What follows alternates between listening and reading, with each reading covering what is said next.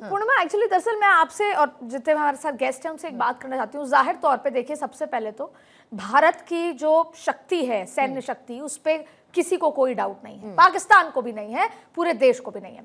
भारत की इस बार की अप्रोच भी फर्क है, लेकिन एक बात समझने की जरूरत है।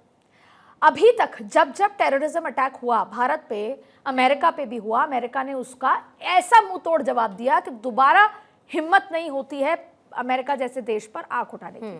भारत को भी वही करने की जरूरत है, वही करने की जरूरत है, वही करने की जरूरत है। हम छोटा मोटा अटैक 3 किलोमीटर पीओके में अंदर घुस के जैसे हुआ, ये बहुत बड़ी बात है कि हम 3 किलोमीटर अंदर घुसे, रात को 12:30 घुसते, 4 बजे तक 3 जो एरियाज हैं उसको नस्ते नाबूद करके आते हैं। लेकिन लेट्स टॉक रियल, नुकसान भारत का होता आया है जब जब टेररिस्ट अटैक होता है, क्योंकि हम तो ये सब करते नहीं है, हम रिस्पॉन्सिबल है, लेकिन उस रिस्पॉन्सिबल में तो डिफेंसिव रिटेलिएशन की नीति को अपनाते हैं और उसी डिफेंसिव रिटेलिएशन की, और क्योंकि आपने आदित्य यूएस का जिक्र किया और मैं ये चाहूंगी इस बात को मेंशन करना, और भूषण दीवान साहब आप भी मुझे करेक्ट करिएगा अगर इसमें कोई भी फैक्चुअल एरर हो। जब एबटाबाद में अमेरिका की तरफ से हमला किया गया था, दे टुक ऑलमोस्ट 5 इयर्स उन्होंने पूरे एक्शन लेने के लिए लिए थे, और जब उनको लोकेशन मिली ओसामा बिन लादेन की, उस वक्त उनको ये इंफॉर्मेशन थी कि बुरके में कोई उस घर में है। They were not sure, they waited for 200 more days, 200 और दिन के लिए उन्होंने इंतजार किया, ये मेक श्योर करने के लिए कि अंदर मौजूद व्यक्ति ओसामा बिन लादेन ही है, ताकि उनकी 5 साल की मेहनत बेकार ना चली जाए।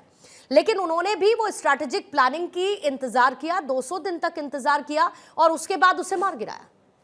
अदिति, इसीलिए मैं ग्राउंड जीरो पर थी, तो मैं आपको ये बताना चाहती हूँ कि हमारी कोई चुनौती, पाकिस्तान के साथ साथ बहुत चुनौतियां हैं अभी हमें। अभी सबसे पहले तो देखिए, मैं बार बार ये बात शुरू करने से पहले 4 दिन से एक ही बात कह रही हूं कि मैं कश्मीरियत को सलाम करती हूं, उनके सेंटिमेंट को, लेकिन फिर भी क्योंकि मैंने 90 घंटे 100 घंटे कश्मीर में गुजारे हैं अभी, इन सब के बावजूद के बाद भी वहां का सेंटिमेंट कहीं ना कहीं या तो न्यूट्रल है या पाकिस्तान की तरफ है। तो हमारी चुनौती पाकिस्तान है जो टेरर फैक्ट्री कर रहा है, वो सारे ISI और वो तमाम लोग हैं, उसके अलावा हमारे घर के लोग हैं, स्लीपर सेल हैं। अभी हम इस स्थिति में हैं जहां हम सो नहीं सकते, जहां हमारी इंटेलिजेंस बिल्कुल चूक नहीं कर सकती। आप देखिए, जरा सी चूक हुई और कितना बड़ा हादसा हो गया।